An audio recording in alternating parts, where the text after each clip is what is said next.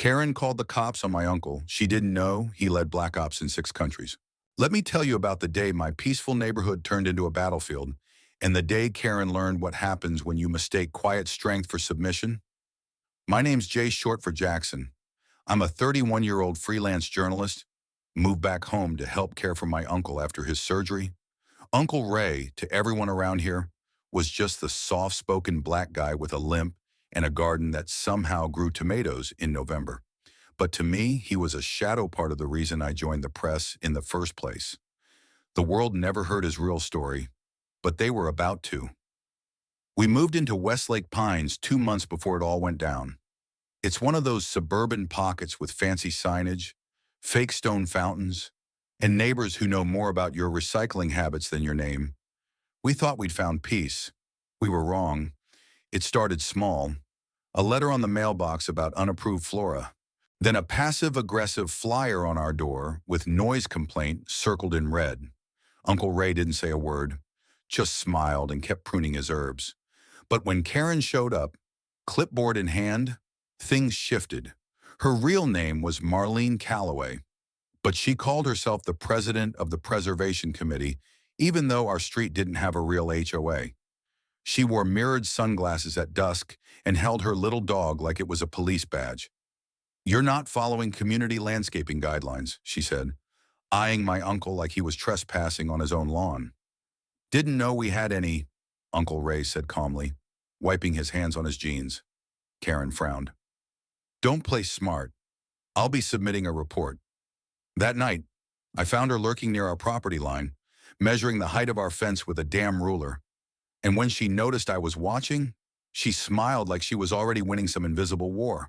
But things really kicked off the day Uncle Ray walked to the community center. He didn't drive anymore, a back injury from something he never talked about. So he walked with a cane and a slow, methodical step that day. I was at work when I got the call. "They've got Uncle Ray surrounded," said my neighbor, Tanya, breathless. Karen called 911, said he threatened her with a weapon. I dropped everything. By the time I got there, 3 squad cars were parked around the tennis court. Karen was in full performance mode, dramatic gestures, fake tears, talking to the officers like she was directing a stage play. He said something about infiltration, she wailed, and then he reached for something in his bag. That bag, an officer asked, pointing to Uncle Ray's old military satchel on the bench. Inside it, a weathered Bible, a flask, and a photo of his old unit. "That's it." "Ma'am," said the youngest officer, clearly annoyed, "we didn't find anything resembling a weapon." He used military terms. She insisted, "He's dangerous." That's when Uncle Ray finally spoke. He stood slow, painfully, and reached into his pocket. For a second, the entire place froze. Then he pulled out a Pentagon-issued ID badge. Retired Special Operations Group Commander. Clearance level classified. "I've neutralized weapons in villages Karen couldn't pronounce," he said flatly. "I didn't survive 6 countries just to get harassed by a nosy neighbor with a superiority complex." The younger officer's mouth dropped. Karen stammered. That can't be real. He's lying." "No, ma'am," the officer said. "We ran it. He's who he says he is. And you may be facing charges for a false report." When the cop told Karen she might be facing charges, she blinked like she didn't understand the language. But I'm just trying to keep our community safe," she sputtered. "Safe? From what, a 65-year-old man with a limp and a lemon tree?" Uncle Ray didn't say anything after that. He just picked up his satchel, adjusted his posture, stiff but composed, and walked past the officers like he had somewhere more important to be, like this nonsense was beneath him. Because it was. I followed him home in silence. No words, just the rhythmic tap of his cane on the pavement and the buzzing in my chest. Rage and disbelief fighting for dominance. But it wasn't until we turned onto our street that I saw it, Tanya and her kids standing on their porch, watching Mr. Ingram across the road, arms crossed, even shy old Mrs. Lung peeking through her blinds.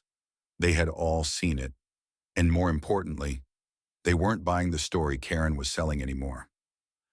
The next morning, I opened our neighborhood Facebook group Westlake Voices, a name so fake it hurt and nearly choked on my coffee. Karen had posted a long, rambling message claiming she intervened to prevent a domestic terror threat and that the authorities were grateful for her vigilance. But what she didn't know was that one of the officers from the incident, Officer Kendrick, the younger one, had already posted anonymously on Reddit. He didn't use names, but he described the call, the false report, and the fact that the accused was a highly decorated, retired military asset. The post exploded. By noon, people were connecting the dots, screenshots were flying, and someone I'll never know who dug up a recording of Karen yelling. He fits the profile into her phone when she called 911. Racial profile. She meant, not security. I wish I could say it ended there, but Karen wasn't the kind to back down. That week, we got 5 code violation notices, all unsigned. Our trash bins were visible from the curb.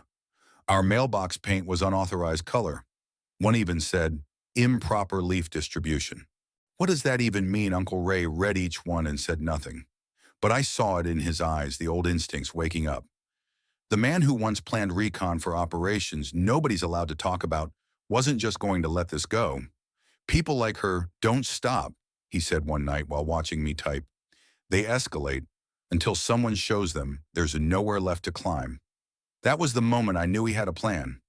2 days later, Tanya knocked on our door. I think it's time people started speaking up, she said. We've all dealt with her. She tried to get my kids banned from the community pool last year. Said they were too loud. They were 7. That same evening, Mr. Ingram brought over a thumb drive. It's footage. He said, from my security cam, shows her sneaking into your yard last night. I figured you'd want it before she tries to claim you trespassed. That's when Uncle Ray smiled, the kind of slow, calculating smile that could make a grown man rethink his decisions.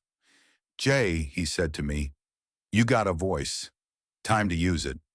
We spent that night building a digital folder, witness testimonies, screenshots of Karen's public posts, security footage, voice recordings, every false report, every letter, every lie, and then we leaked it. Not anonymously, not quietly. I posted the full report as a long-form expose on Medium, titled When HOA Turns into Harassment: How One Woman Weaponized Fear Against a Black Veteran. By morning, it had 18,000 views. By noon, $220,000. Karen tried to fight back, of course she did. She claimed we edited the footage, that we were spreading defamation, that she was the real victim of harassment. But every time she tried to defend herself, a dozen more stories came out, from parents, elderly neighbors, veterans, even a local pastor. She targeted them all at some point. She just never expected someone to document it. People started printing signs, "This neighborhood supports Uncle Ray." Kids chalked messages on sidewalks, "Thank you for your service." And Karen. She couldn't walk her dog without someone filming her. She posted a video crying on TikTok. It backfired. Comments were brutal. Even the local news ran a segment, "The HOA That Didn't Exist," and the woman who tried to run it. By that weekend, Karen's house was listed on Zillow. I wish I could say Karen slinking off into the sunset was the end of it. But no, it was just the start. Her fall lit a fuse. After the article went viral and the local media picked it up, people started talking, not just in Westlake Pines, but in the neighboring communities too. Turns out, Karen wasn't the only one playing neighborhood cop with imaginary authority.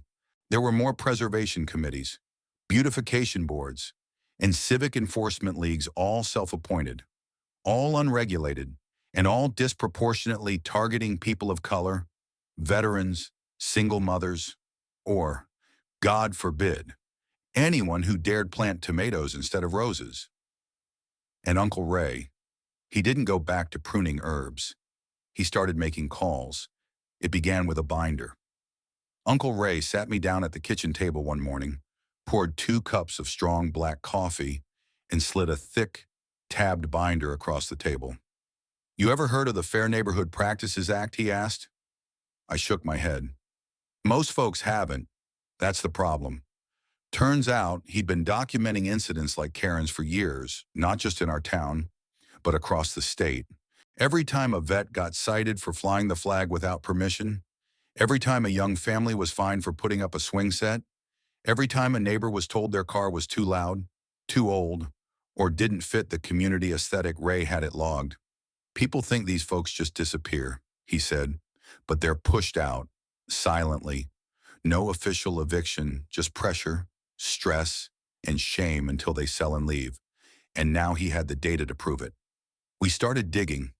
Karen had claimed she was the elected president of the Preservation Committee, but guess what?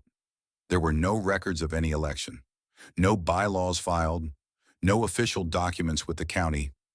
The so-called committee was just a group chat with 3 other homeowners, one of whom had ties to a shady property developer trying to flip homes for profit. That's when the puzzle snapped into place. Karen wasn't just a nosy neighbor. She was a cog in a quiet machine, one designed to make life uncomfortable enough that undesirable elements would leave, clearing the way for investors to scoop up property and resell it at a markup. Gentrification, but nastier. Ray was quiet for a long time that night. Then he said, "You still got that contact at Channel 7. We didn't wait for another viral moment. We made one." Ray called it the Silent HOA. It was a digital documentary 10 minutes long, packed with footage, interviews, documents.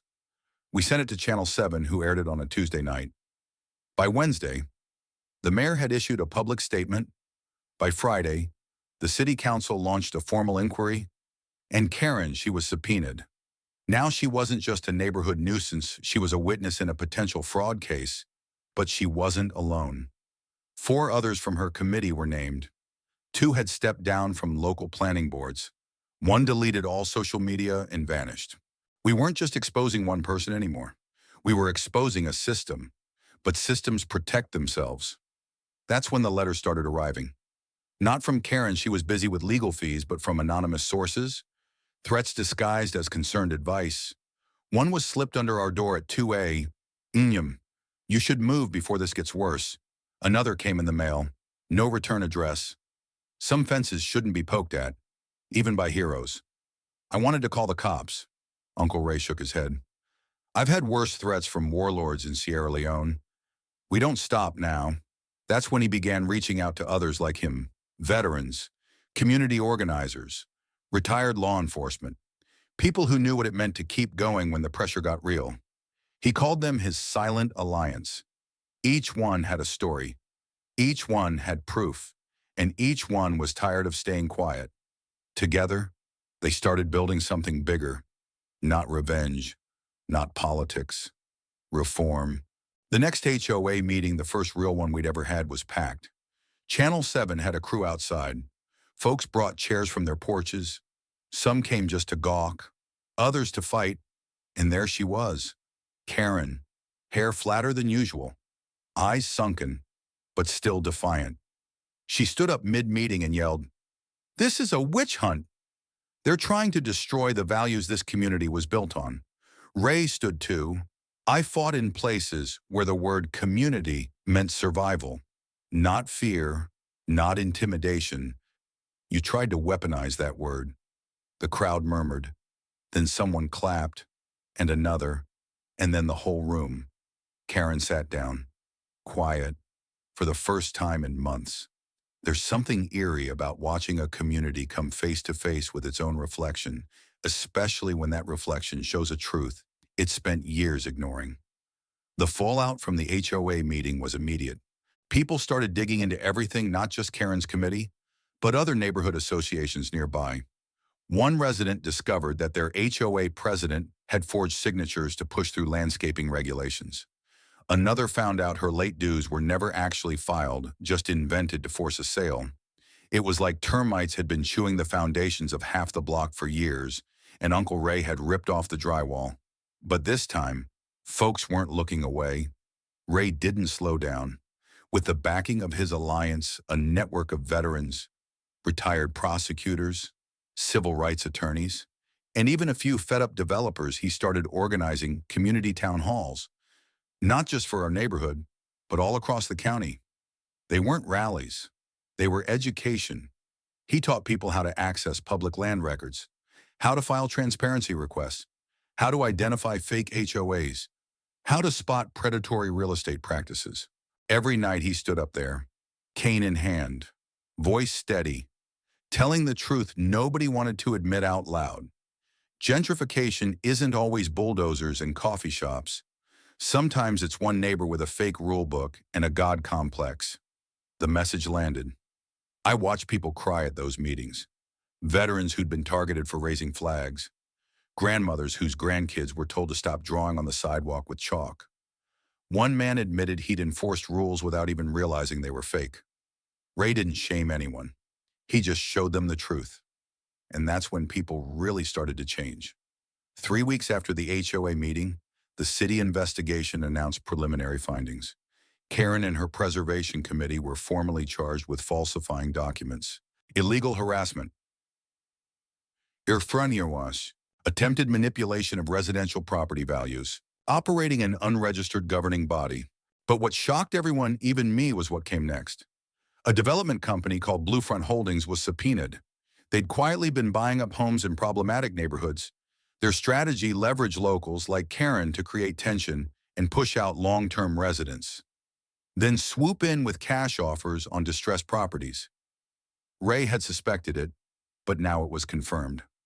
The fake HOA wasn't just a power trip, it was a tool. Karen wasn't the architect. She was a pawn, loud, entitled, and easy to manipulate. The real enemy wore suits and sat in glass buildings miles away. But they never expected a retired Black Ops commander to call their bluff.